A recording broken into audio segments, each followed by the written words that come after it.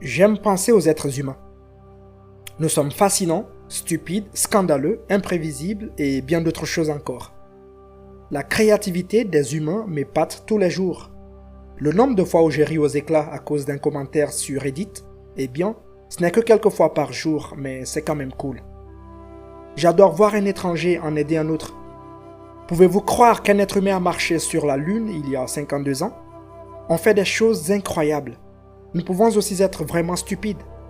Je ne vais pas énumérer les choses incroyables que nous avons fait les uns aux autres. Les livres d'histoire sont truffés de scènes graphiques de destruction. Souvent, ce qui nous a permis de nous sortir de ces situations horribles, c'est notre capacité à penser par nous-mêmes. On peut dire que c'est l'un de nos plus grands atouts. Nous ne pensons pas toujours par nous-mêmes. Cela peut représenter beaucoup de travail et pour certaines choses, cela n'en vaut pas la peine. Il est plus facile d'accepter ce que quelqu'un nous dit comme étant vrai. C'est ce qu'on appelle la pensée homogène.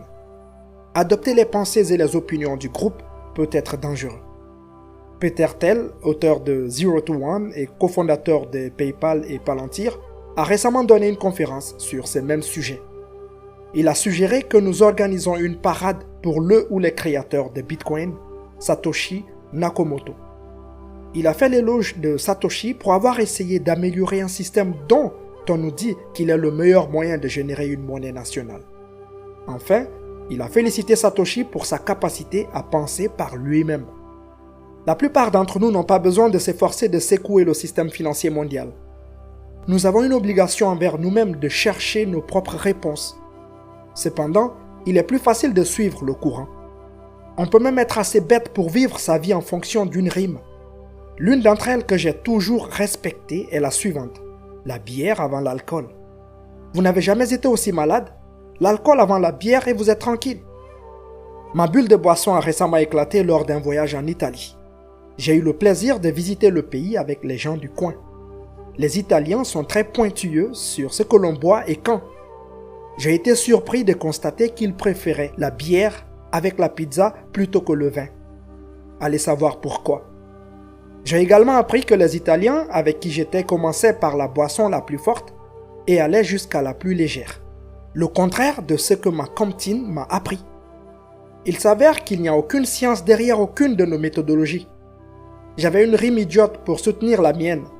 Ils avaient une tradition. C'est un exemple stupide, mais cette expérience m'a rappelé combien il est important de vérifier les faits que l'on apprend. C'est en train de devenir l'une des compétences les plus importantes que l'on puisse développer. Avec l'assaut de nouvelles provenant de sources souvent douteuses, il est difficile de savoir ce qui est vrai et quand il faut remettre en question les piliers de ce qui a soutenu notre société pendant des décennies. 3 raisons pour lesquelles la pensée du groupe est dangereuse lorsque nous ne nous arrêtons pas pour remettre en question les choses telles qu'elles sont. Nous finissons par couper le bout du jambon sans raison. Vous avez probablement entendu l'histoire d'une mère qui apprend à sa fille à cuire un jambon. Elle lui dit qu'elle doit couper l'extrémité. La fille demande pourquoi et sa mère répond que c'est comme ça que ma mère le faisait. Il s'avère que la grand-mère avait juste une petite casserole et que le jambon ne rentrait pas dedans. Beaucoup de jambon gaspillé sans raison. C'est le monde dans lequel nous vivons. En tant qu'enfants, nous sommes capables de demander pourquoi, mais cette nature curieuse est chassée de nous. On apprend que c'est mieux d'avoir l'air intelligent et de prétendre qu'on connaît la réponse. Il vaut mieux accepter ce qu'on nous a dit et naviguer dans le monde en croyant que cette information est vraie. Nous sommes d'accord avec le groupe pour nous intégrer et poursuivre notre vie. À présent, voici 3 raisons pour lesquelles vous ne devez pas croire tout ce que vous entendez. 1. Nous ne progressons pas en tant que société. Booker T. Washington pensait que les membres de sa race méritaient de recevoir une éducation. Pas parce que c'est ce qu'on lui a appris. Pas parce que c'est ce dont il a été témoin. Il a vu les choses telles qu'elles étaient et les a remises en question. Cette question l'a conduit à agir. Une action qui a aidé d'autres jeunes noirs à réaliser leur rêve d'aller à l'école. Cela a conduit à une révolution dans le système éducatif américain. Cela peut sembler être du travail de faire des histoires, mais si Booker avait choisi de suivre le cours des choses, nous aurions manqué une occasion de progresser en tant que société. 2. Elle mène à la corruption. La pensée de groupe donne du pouvoir à une autorité centrale, ce qui mène à la corruption. Martin Luther, et non King, père de la réforme protestante, s'est interrogé sur la corruption croissante de l'Église catholique. Plutôt que de suivre le groupe, il a réfléchi par lui-même, ce qui a conduit à une nouvelle idée. On ne peut pas acheter son chemin vers le paradis. 3. Les fausses informations peuvent se répandre comme une traînée de poudre. De nos jours, beaucoup d'entre nous tirent leurs informations des médias sociaux. Les baby boomers se moquent des milléniaux pour cela. Mais leurs réseaux d'information ne sont pas toujours meilleurs.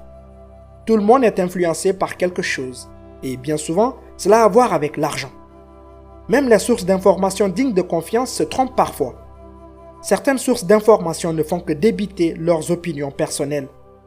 Étant donné que la qualité de nos sources d'information est au mieux douteuse et que les histoires se propagent à la vitesse des médias sociaux, la fiction peut rapidement devenir réalité. Pourquoi vous devez penser par vous-même? Une personne allant à l'encontre de la majorité a mené à certaines des actions les plus héroïques de l'histoire.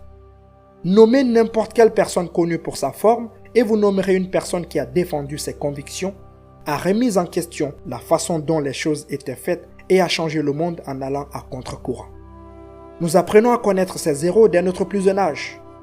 Presque tout le monde apprend l'existence de Martin Luther King. Oui, King cette fois-ci. En France, ils apprennent l'histoire de De Gaulle et comment il a été une voix solitaire exhortant le Premier ministre à se battre pour sortir de l'abîme pendant la guerre. Au Canada, nous découvrons Amelia Earhart, la première femme à traverser l'Atlantique en solo. Nous découvrons les actions de ces héros, mais nous passons souvent à côté du trait de caractère qu'ils partagent tous. Un trait de caractère que nous négligeons souvent de développer parce qu'il peut être aliénant. Il s'agit de la capacité à penser par nous-mêmes. On nous apprend à mémoriser des faits, mais pas à les remettre en question. Nous apprenons à nous entendre avec les autres, mais pas à les remettre en question. Le monde s'améliore pour tout le monde quand une personne remet en question le statu quo. Certaines personnes qui n'ont pas été mentionnées dans les livres d'histoire ont sans aucun doute joué un rôle dans le façonnement de l'histoire en allant à l'encontre du groupe. Les femmes courageuses qui ont décidé d'entrer dans la vie active alors que la société pensait que leur carrière était celle d'une femme au foyer, ont rendu le monde meilleur pour tous. Les élèves qui ont organisé les vendredis pour l'avenir, qui ont quitté l'école parce qu'ils n'acceptaient pas que des adultes polluent la planète, ont fait comprendre aux entreprises qu'elles ne toléreraient pas leurs pratiques polluantes. Les premières personnes à utiliser le Bitcoin comme monnaie ont lancé une révolution. Tout le monde ne vivra pas une époque qui exige des actions courageuses. Nous ne sommes pas dans l'Allemagne nazie. Nous ne sommes pas des esclaves. Nous sommes des individus libres penseurs qui se soucient du bien-être, non seulement de nous-mêmes, mais aussi de ceux qui nous entourent. Il devrait donc être plus facile de remettre les choses en question. Bien que nous soyons curieux par nature, nous avons une impulsion plus forte grâce à l'évolution pour être acceptés dans la fabrication du groupe. Notre désir d'acceptation fait qu'il est difficile d'être en désaccord avec ce que croient ceux qui nous entourent. Ce que dit votre voisin n'est pas toujours un fait, et vous pouvez presque toujours trouver quelque chose pour soutenir une certaine façon de penser. Merci Google. Nous devons prendre l'habitude de ne pas prendre les informations pour argent comptant. Nous ne pouvons pas nous contenter de suivre le groupe. L'avancement continu de la société en dépend. Cela ne veut pas dire que nous ne devons pas faire ce que le groupe fait, si c'est la bonne chose à faire. Il est plutôt important de décider par soi-même que c'est la bonne chose à faire ou à penser, parce que vous êtes d'accord avec elle, pas parce que c'est l'opinion populaire. Comme on dit dans le monde de l'investissement cryptographique, faites vos propres recherches. Ce n'est pas parce que nous avons fait quelque chose d'une certaine manière pendant longtemps que c'est juste. Plus il y a des gens qui pensent par eux-mêmes, plus nous avons de chances de rendre le monde meilleur. Personne n'a jamais rien fait de grand en tant que penseur homogène. Les gens ont été inscrits dans les livres d'histoire en posant des questions. J'ai été une personne passive pendant la majeure partie de ma jeune vie, mais ma vie s'est améliorée au fur et à mesure que je remettais en question le statu quo. Historiquement, j'ai accepté les choses telles qu'elles étaient et j'ai évité le travail pour les améliorer. Cela semble plus facile sur le moment, mais cela rend la vie plus difficile à long terme. Je n'accepte plus les choses telles qu'elles sont. Au lieu de cela, Je cherche activement à améliorer les choses en les remettant en question. Il n'est pas vraiment important de savoir si vous buvez de la bière avant l'alcool. Ce qui m'importe, c'est que vous ne croyez pas toujours ce que vous entendez. Vous n'avez pas besoin d'être d'accord avec le groupe. Vous n'êtes pas obligé de faire quelque chose d'une certaine façon juste parce que ça a marché. Cela n'a pas fonctionné que jusqu'à présent. Les choses peuvent être changées même si elles n'ont pas changé depuis 100 ans. Si vous avez aimé cette vidéo, n'hésitez pas de la partager avec vos proches, likez et commentez. Et si vous ne voulez pas rater nos prochains épisodes, abonnez-vous à la chaîne. On se retrouve dans la prochaine vidéo.